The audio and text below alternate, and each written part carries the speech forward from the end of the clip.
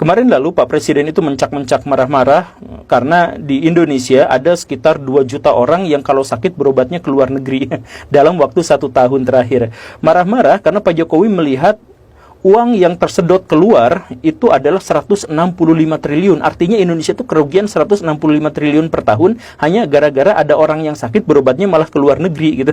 Padahal kata Pak Jokowi dan kata Pak Idi, itu dokter-dokter Indonesia itu sebenarnya sama baiknya dengan dokter-dokter Singapura, sama baiknya dengan dokter-dokter Malaysia. Kenapa kalau sakit malah berkunjungnya ke sana gitu.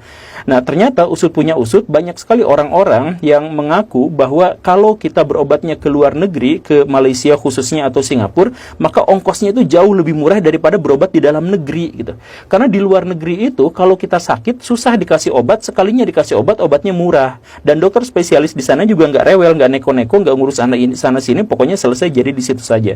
Sedangkan di Indonesia udah administrasinya ribet, bayarnya juga sangat-sangat mahal, dan lagi-lagi ketergantungan pada obat lagi gitu. Nah, kenapa bisa seperti itu?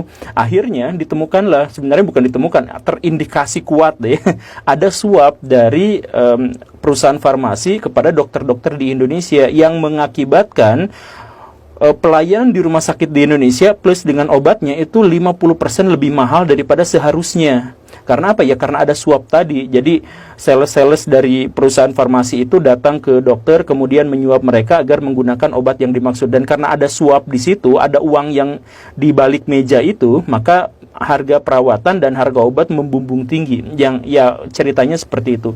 Dan itu sudah saya sampaikan di episode yang ini. Basicnya adalah data-data yang dikumpulkan oleh majalah Tempo tahun 2015.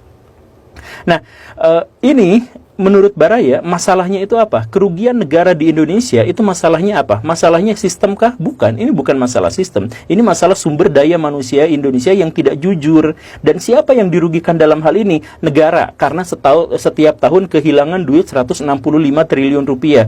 Yang merugikan berikutnya siapa? Pasien. Karena pasien itu seharusnya mendapatkan pengobatan yang murah, dia malah mendapatkan pengobatan yang mahal dan beribet. Kemudian siapa lagi yang dirugikan? Dokter dan rumah sakit di Indonesia gara-gara mereka kehilangan kepercayaan. Dan kalau misalkan rakyat Indonesia punya kesempatan untuk keluar negeri, mereka akan memutuskan untuk keluar negeri daripada di dalam negeri, karena keluar negeri sekalian pelesiran, bahkan berobatnya jauh lebih murah gitu kan. Dan siapa lagi yang dirugikan? Perusahaan farmasi, karena perusahaan farmasi akhirnya kehilangan citra baik mereka, dan mereka sebenarnya jelas tidak mungkin bisa berkompetisi di luar negeri, hanya bisa berkompetisi di dalam negeri karena di dalam negeri sudah ada suap-suapan. Artinya apa? Artinya dalam hal ini semua orang dirugikan. Gara-gara siapa? Gara-gara SDM di Indonesia itu tidak jujur dan tidak berkompeten. Ini bukan terkait dengan sistem, ini masalah sumber daya manusia Indonesia yang rusak, yang moralnya rusak, yang intelektualnya jeblok.